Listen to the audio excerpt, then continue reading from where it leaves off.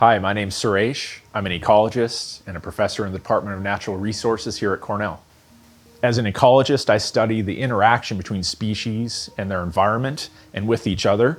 And we do this because we want to understand how ecosystems are structured and how they function. It's a really exciting field to be in because I get to get out into the ecosystems themselves.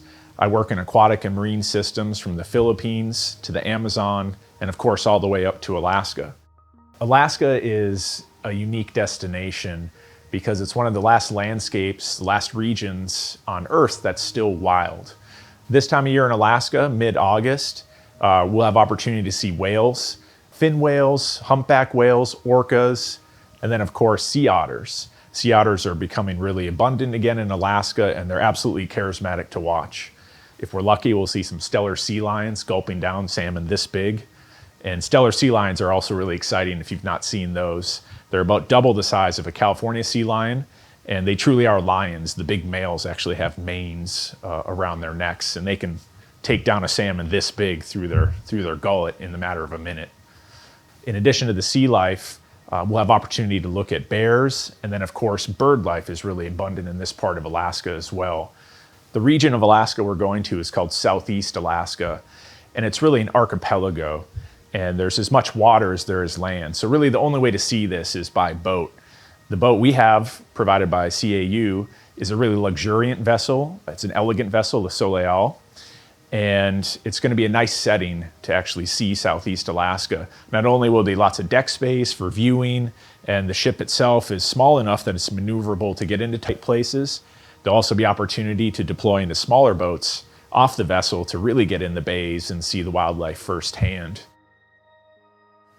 So we have a research project assessing the Pacific walrus population in Alaska, and we need this information to understand what the population abundance is and whether it's been trending up or down.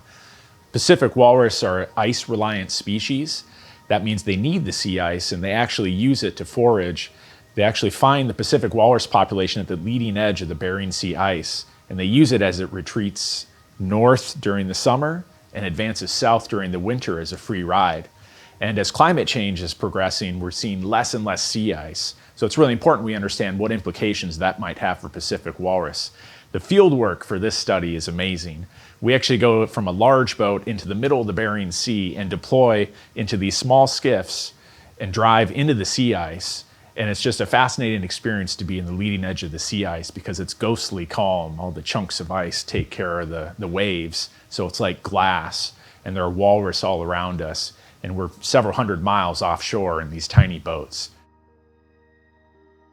As a northern latitude, climate change is developing really quickly in the ecosystems of Alaska, and it's impacting and filtering down all the way to the plants, the animals, and the fish. So I'll be delivering some lectures about how climate change is specifically impacting fisheries and marine mammals in these systems. In addition, I'll be talking about some of the fisheries of Alaska. Fishing is a key sector for Alaska. It's a source of cultural identity, it's a source of economic activity, and it's sustainably managed. We've been commercially fishing in Alaska for over 100 years, and one of the most charismatic fisheries we have is Pacific salmon. Pacific salmon are amazing organisms. There are 5 main species that are caught in Alaska. I myself have commercially fished for those in Prince William Sound and in Bristol Bay. And I'll be talking about the amazing life history of these animals and how they could potentially be exposed and be changing in response to climate along the trip. My name's Suresh Sethi. I'll be accompanying you on this adventure. It'll be a trip for everyone, families, couples, and individuals. And I hope you're able to join in this memorable experience to see big wildlife and big spaces in Alaska. Join me this August 11th through the 19th, 2020 for the Inside Passage, Salmon, Sustainability, and Ocean Ecosystems.